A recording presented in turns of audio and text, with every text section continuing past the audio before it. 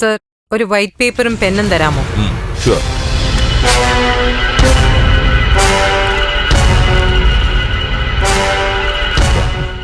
Thank you sir. Excuse me.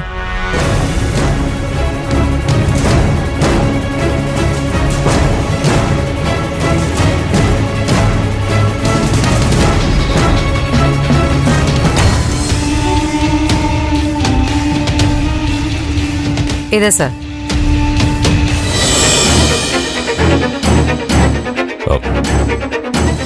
എന്റെ മകന് സംഭവിച്ച അപകടത്തില് ആർക്കെതിരെയും എനിക്ക് പരാതിയില്ല.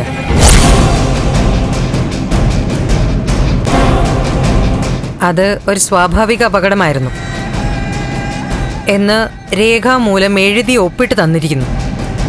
എനിക്ക് പരാതിയില്ല.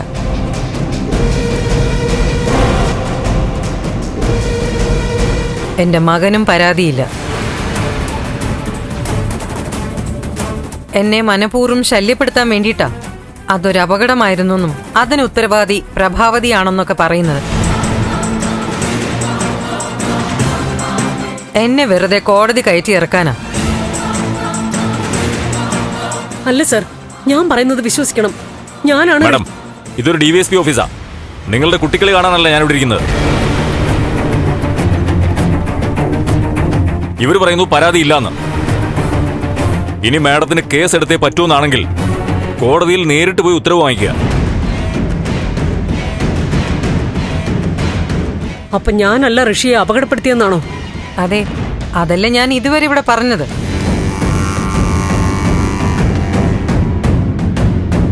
സർ, അപ്പോ എനിക്ക് പോവാലോ? പോകാം. Thank you. സാർ, ഇതിൽ വേറെ എന്തോ കാര്യമുണ്ട്.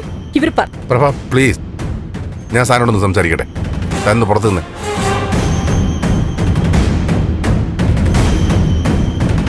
സാർ, ഈ കേസ് രജിസ്റ്റർ ചെയ്യില്ലല്ലോ? അതെ, അവർക്ക് പരാതിയില്ലെന്ന് എഴുതി വെച്ചിട്ടുണ്ടല്ലോ. ക്ലോസ്ഡ്.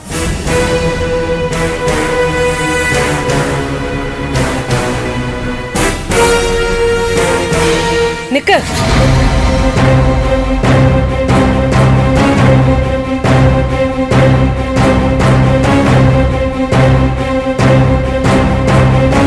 അരുന്ധതി, നിനക്ക് എന്നോടാണ് പകയെന്ന് എനിക്കറിയാം. എന്നെ ശിക്ഷിച്ചോളൂ. എന്റെ കുടുംബത്തെ വെറുതെ വിടണം. അപ്പൊ നിനക്കറിയാം അരുന്ധതിയുടെ ലക്ഷ്യം എന്താണെന്ന്. ഇന്നത്തെ ദിവസം എന്തായാലും കൊള്ളാം. ഒരു ദിവസം തന്നെ നിനക്ക് 2 പരാജയം. തെരഞ്ഞെടുപ്പിൽ തോറ്റു, ഇപ്പിതാ എന്റെ മുമ്പിലും തോറ്റു. എന്തു വേണമെങ്കിലും പറഞ്ഞു. നിയമത്തിന് മുൻപിൽ ഞാൻ കീഴടങ്ങാം. കോടതിയിൽ ശിക്ഷ വാങ്ങി അങ്ങ് രക്ഷപ്പെടാന്ന് കരുതിയല്ലേ? ഞാനേ അരുന്ധതിയാ.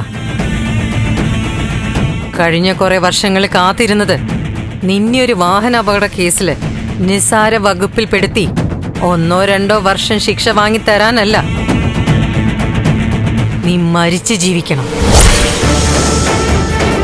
അതായത് ഇഞ്ചിഞ്ചായിട്ടായിരിക്കും എന്റെ പ്രതികാരം. രക്ഷപ്പെടാൻ വേണ്ടി പോലീസിന്റെ കാലല്ല, എന്റെ കാല് വേണം പിടിക്കാൻ. ആ ദിവസം വരും. അതിനു മുമ്പ് കോടതിയുടെ സഹായത്തോടെ ജയിലിൽ പോയി രക്ഷപ്പെടണ്ട.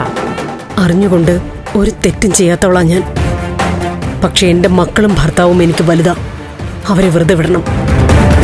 ഇല്ല പ്രഭാവതി, നിനക്കുള്ള ശിക്ഷ നീ അവരിലൂടെ അനുഭവിക്കണം. എന്റെ മരുമകളെ നീ എനിക്കെതിരെ തിരിച്ചു. പക്ഷേ നാളെ എന്നെ മനസ്സിലായി കഴിയുമ്പോൾ അവള് നിനക്കെതിരെ തിരിയും. അങ്ങനൊരു ദിവസം വരുമ്പോ അന്ന് സൂര്യൻ പടിഞ്ഞാറുദിക്കും.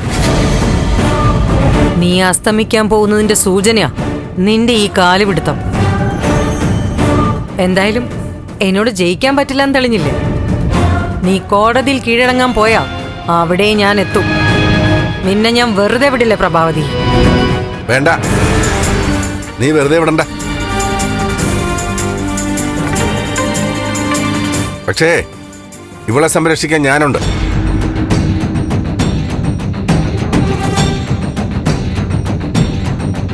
അധികം ഒച്ചയെടുക്കേണ്ട സിദ്ധാർത്ഥൻ സാർ. മരുമകൾ ജയിച്ചത് ആരുടെ ഔദാര്യത്തിലാണെന്നൊന്ന് അന്വേഷിച്ചു നോക്ക്. ദേവിക ജയിച്ചത് പ്രബുദ്ധരായ വോട്ടർമാർ ഔദാര്യത്തില. അതിന്റെ ക്രെഡിറ്റ് അടിക്കാൻ വരണ്ട. ദേവിയെ ക്രൂശിച്ചിട്ട് പ്രഭാവത്തെ തോൽപ്പിക്കാന്നും കരുതണ്ട. ലോകം മുഴുവൻ പ്രഭാവതയുടെ എതിരെ വന്നാലും ഇവൾക്ക് വേണ്ടി ഞാനുണ്ടാവും.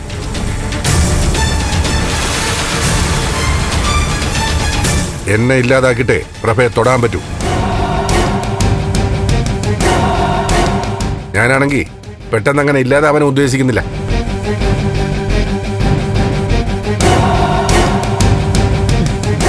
സിദ്ധാർത്ഥൻ സാറിന് നന്നായിട്ട് സംസാരിക്കാൻ അറിയാം. പ്രസംഗം ഞാൻ ഒരുപാട് കേട്ടിട്ടുമുണ്ട്. സിദ്ധാർത്ഥൻ ചന്ദ്രോത്ത് ഒരു കാര്യം ഓർത്തോ, എന്റെ മകനെ കൊല്ലാൻ ശ്രമിച്ച കേസിലെ പ്രതിയാ നിങ്ങളുടെ ഭാര്യ. അതങ്ങനെ ശരിയാവും അരുന്ധതി മാഡം. നിങ്ങളുടെ മകൻ്റേത് അപകടമാണെന്നും മനഃപൂർവ്വം ആരും കൊല്ലാൻ ശ്രമിച്ചിട്ടില്ല എന്നും നിങ്ങൾ തന്നെയല്ലേ ഇപ്പൊ എഴുതി ഒപ്പിട്ട് കൊടുത്തത്. അതുകൊണ്ട് ആ ഭീഷണി ഇനി വേണ്ട. താൻ കുഴിച്ച കുഴിയിൽ താൻ തന്നെ വീഴുമെന്ന് കേട്ടിട്ടില്ലേ? അത് ഇതാണ്. പ്രഭാവതിയെ തോൽപ്പിക്കാനല്ലേ ഡിവൈഎസ്പിക്ക് എഴുതി കൊടുത്തത്. കുടുങ്ങിയത് നിങ്ങളാ.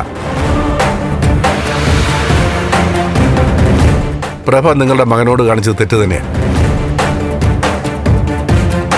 അത് പക്ഷേ അപ്പോഴത്തൊരു വൈരാഗ്യത്തിന് മാത്രം തോന്നിയതാ. അതിനെന്ത് നഷ്ടപരിഹാരം വേണമെങ്കിലും നൽകാൻ ഞങ്ങൾ തയ്യാറാണ്.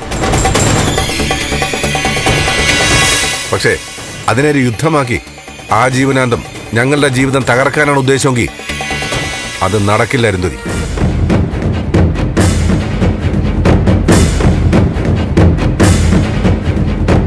എന്റെ ഭാര്യയെ സംരക്ഷിക്കാൻ ഞാനുണ്ട്. നിങ്ങൾക്ക് വലുത് പ്രതികാരമായിരിക്കും, പക്ഷേ എനിക്ക് വലുത് എന്റെ ഭാര്യ. മിസ്റ്റർ സിദ്ധാർത്ഥൻ ചന്ദ്രു, അരുന്ധതിയെ വെല്ലുവിളിക്കുന്നത് സൂക്ഷിച്ചു വേണം. എന്താ വെല്ലുവിളിയോ? അങ്ങനെയാണോ തോന്നിയത്? സിദ്ധാർത്ഥൻ അയാൾക്ക് തുല്യരായവരെ മാത്രമേ വെല്ലുവിളിക്കൂ. നിങ്ങൾ എനിക്കൊരു എതിരേ അല്ല. അതുകൊണ്ട് ഇതൊരു മുന്നറിയിപ്പ് മാത്രമാണ്. തല്ലുകൊണ്ട് ശരീരം കേടാവണ്ടെങ്കിൽ മാറി നടക്കാൻ പറയില്ലേ, അങ്ങനെ അത്രയേ ഉള്ളൂ. എല്ലൊടിയുന്നത് ആർക്കാണെന്ന് കാണാം മിസ്റ്റർ സിദ്ധാർത്ഥൻ. എന്തായാലും ഇതിന് നിങ്ങൾ വലിയ വില കൊടുക്കേണ്ടി വരും. ആയിക്കോട്ടെ, വില ക്യാഷായിട്ട് വേണോ ചെക്കായിട്ട് വേണോ എന്ന് പറഞ്ഞാൽ മതി. നിങ്ങളുടെ മകന് സംഭവിച്ചു പോയ ദുരനുഭവത്തിൽ പ്രഭയ്ക്കും എനിക്കും എൻ്റെ കുടുംബത്തിനും സങ്കടമുണ്ട്. പക്ഷേ അതും മനസ്സിലിട്ടുകൊണ്ട് പ്രതികാരം ചെയ്യാൻ എൻ്റെ വീട്ടുകാർക്ക് നേരെ വന്ന ദുഃഖിക്കേണ്ടി വരും.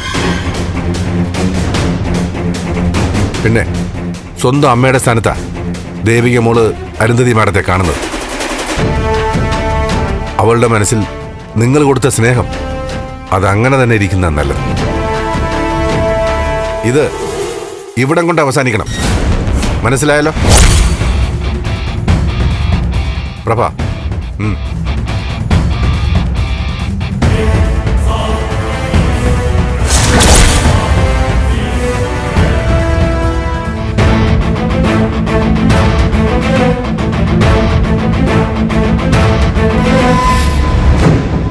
ഹലോ ചേച്ചി, കാര്യം എന്താന്ന് പറ ചേച്ചി.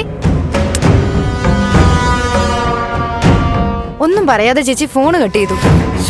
അപ്പൊ എന്തോ കുഴപ്പമുണ്ട്. തോറ്റേന്റെ ദേഷ്യത്തിൽ ദേവിയെക്കെതിരെ എന്തോ ഒരു നീക്കത്തിനാ പ്രഭാവതി പോലീസ് സ്റ്റേഷനിൽ പോയേക്കുന്നേ.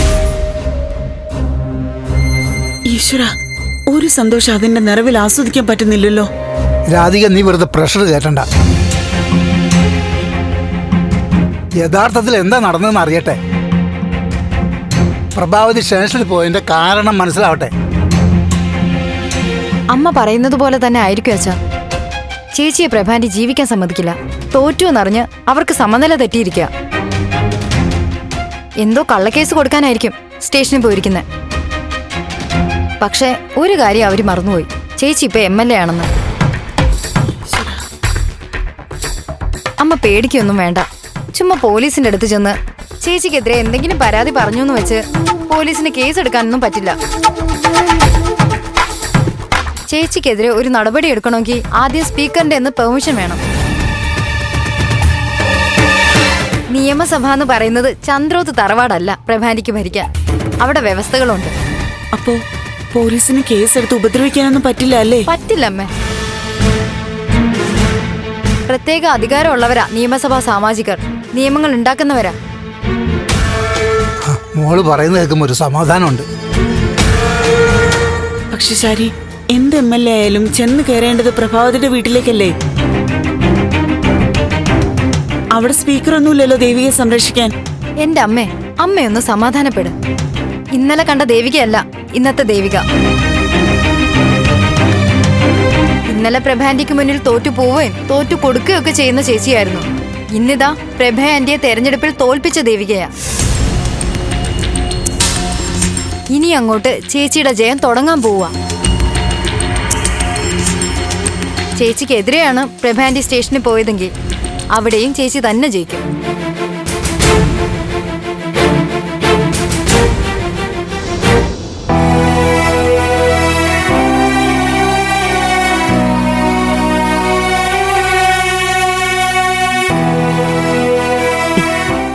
Thank you Sidhu. ഇത്ര കരുണയോടെ സ്നേഹത്തോടെ എന്നെ ചേർത്ത് നിർത്തിയതിന്.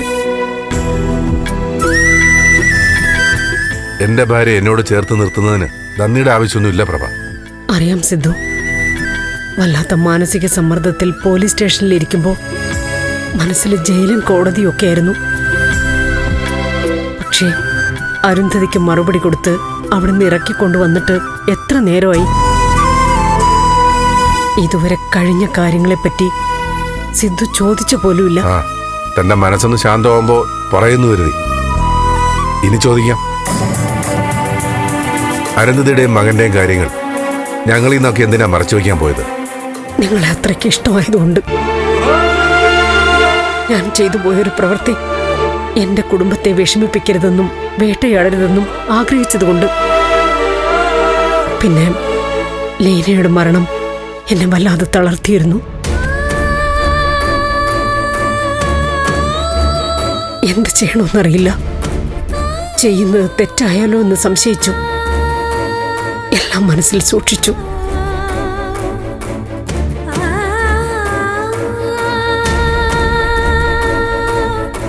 പോട്ടെ, ഇനി കഴിഞ്ഞതൊന്നും ഓർക്കണ്ട. അന്നത്തെ ആ ദുരന്തത്തിന് ഇന്നിപ്പോ ഏറ്റവും നല്ല അവസാനം ഉണ്ടാവുക. ഞാൻ തോറ്റുപോകുന്നു കരുതിയ സ്ഥലത്ത് സിദ്ധു വന്നെന്നെ ജയിപ്പിച്ചു.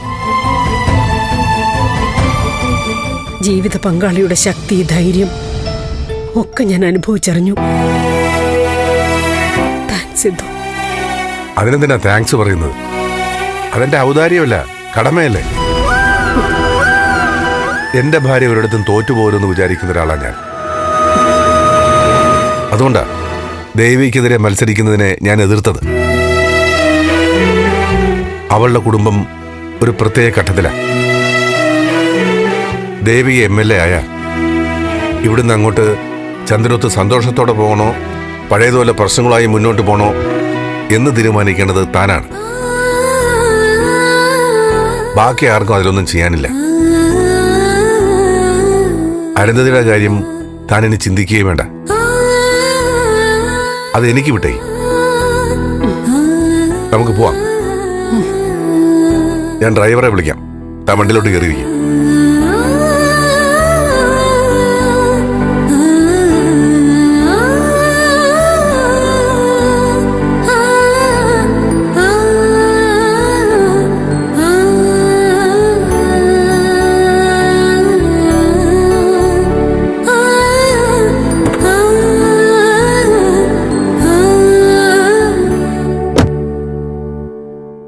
അപ്പൊ പ്രഭാവതി ബുദ്ധിപരമായിട്ടൊരു കളി കളിച്ചതാണല്ലേ? അതെ, അത് കണ്ടു തന്നെയാ ഞാനും കരി നീക്കിയത്. പക്ഷെ അവസാന നീക്കം നടത്തിയ സിദ്ധാർത്ഥനാണ് സ്കോർ ചെയ്തത്. ആ നിമിഷം മുതൽ പ്രഭയ്ക്കൊപ്പം സിദ്ധാർത്ഥനും എന്റെ ശത്രുവായിട്ട് മാറിക്കഴിഞ്ഞു. അരുന്ധതി അവഹേളിച്ചതിന് അയാള് ജീവൻ കൊണ്ട് മറുപടി പറയേണ്ടി വരും. മാഡം, നമുക്ക് നമ്മുടെ ടീമിനെ അയക്കാം. അവൻ വന്ന് മേഡത്തിന്റെ കാല് പിടിക്കുന്നത് നമുക്ക് കാണാം. വേണ്ട, അത് ഞാൻ കൈകാര്യം ചെയ്തോളാം. അല്ല, മാഡം ഒറ്റയ്ക്ക് റിസ്ക് എടുക്കണ്ട. റിസ്ക് ഇപ്പോ എനിക്കല്ല CP, സിദ്ധാർത്ഥനാ. സിദ്ധാർത്ഥന്റെ ലൈഫാ ഇപ്പൊ റിസ്കിലായിരിക്കുന്നത്. അണയാൻ പോകുന്ന തീ ആളിക്കത്തുവെന്ന് പറയില്ലേ, അങ്ങനെ ഒരു ആളിക്കത്തല അവിടെ നടന്നത്. 4-5 ദിവസത്തിനകം അതങ്ങ് അണയും. ഭാര്യയെ രക്ഷിക്കാൻ ഏതറ്റം വരെയും പോകുന്നു. എന്നുവെച്ചാ വേണമെന്ന് വെച്ച എന്നെ കൊല്ലു എന്നെ ചെയ്യുന്നു. പാവം, രാഷ്ട്രീയക്കാരോട് സംസാരിച്ചിട്ടുള്ള ശീലല്ലേ സിദ്ധാർത്ഥനുള്ളൂ. മരിക്കാൻ പേടിയില്ലാത്തവരെ അയാൾ കണ്ടിട്ടില്ല. മാഡം എന്തായാലും വളരെ സൂക്ഷിക്കണം. എന്തൊക്കെ പറഞ്ഞാലും രാഷ്ട്രീയത്തിൽ അയാളൊരു പുലിയാ. ആ പാർട്ടിയിലെ നാട്ടുരാജാവാ. അയാള് കിങ് ആണെങ്കിൽ ഞാൻ കിങ് മേക്കറാ CP. ദേവിക എന്ന MLA സൃഷ്ടിച്ചത് ഞാനാ. എന്തായാലും എന്റെ ലക്ഷ്യം തൽക്കാലത്തേക്ക് പ്രഭാവതിയിൽ നിന്നും സിദ്ധാർത്ഥനിലേക്ക് മാറിയിരിക്കുന്നു.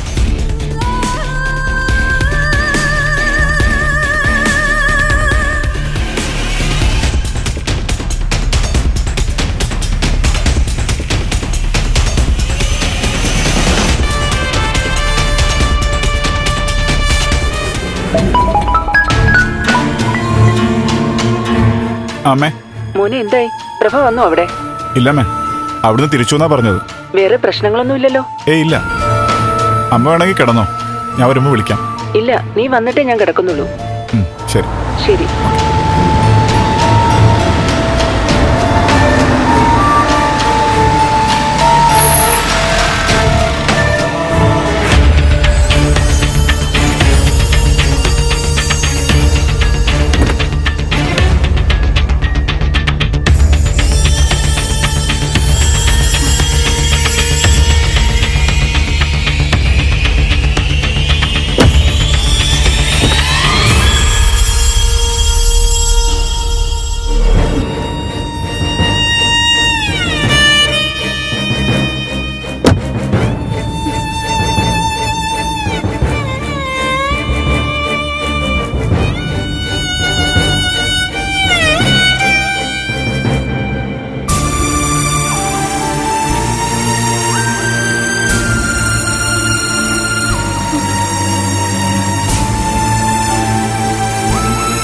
അമ്മ, ഞാൻ എത്ര പ്രാവശ്യം വിളിച്ചു, ഫോൺ എന്തിനാ സ്വിച്ച് ഓഫ് ചെയ്തേ?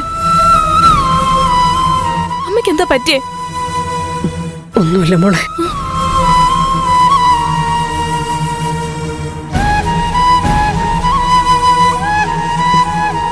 എല്ലാവരെയും ഞാൻ വിഷമിപ്പിച്ചു അല്ലേ?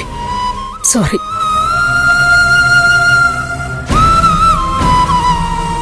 ഗിരീഷ് ഇവിടെ ഉണ്ടായിരുന്നു.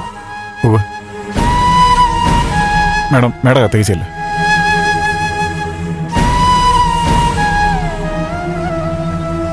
എന്നാലും അമ്മ എന്തെങ്കിലും ഒരു വിവരം ഞങ്ങളെ വിളിച്ചറിയിക്കാത്ത എന്താ? എന്താ പ്രഭയൊന്ന് ഫ്രഷാവട്ടെ.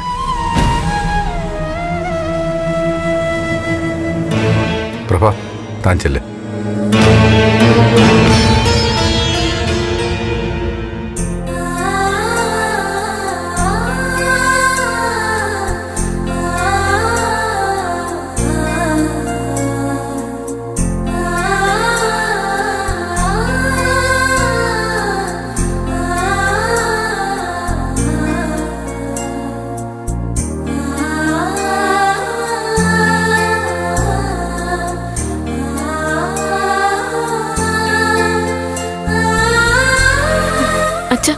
എന്താ സംഭവിച്ചേ? എന്താ അച്ഛാ? ഋഷിയുടെ പഴയ കേസില്ലേ, അതിന് കുറ്റസമ്മതം നടത്തി അറസ്റ്റ് ഭരിക്കാനാ പ്രഭ DSP ഓഫീസിൽ പോയത്. പക്ഷേ അരുന്ധതി അവിടെ എത്തി. അവർക്ക് കേസില്ല എന്ന് പറഞ്ഞു. ആണോ? അതേ മോളെ. പക്ഷേ അതിനെ തുടർന്ന് ചില സംസാരങ്ങളുണ്ടായി. ഞാനും ഇടപെട്ടു. എന്തായാലും ആരും ഒന്നും അറിഞ്ഞതായിട്ട് ഭാവിക്കണ്ട. പ്രഭ ആകെ ഡിസ്റ്റർബ്ഡാണ്. ഒന്നും ചോദിച്ച് ബുദ്ധിമുട്ടിക്കണ്ട.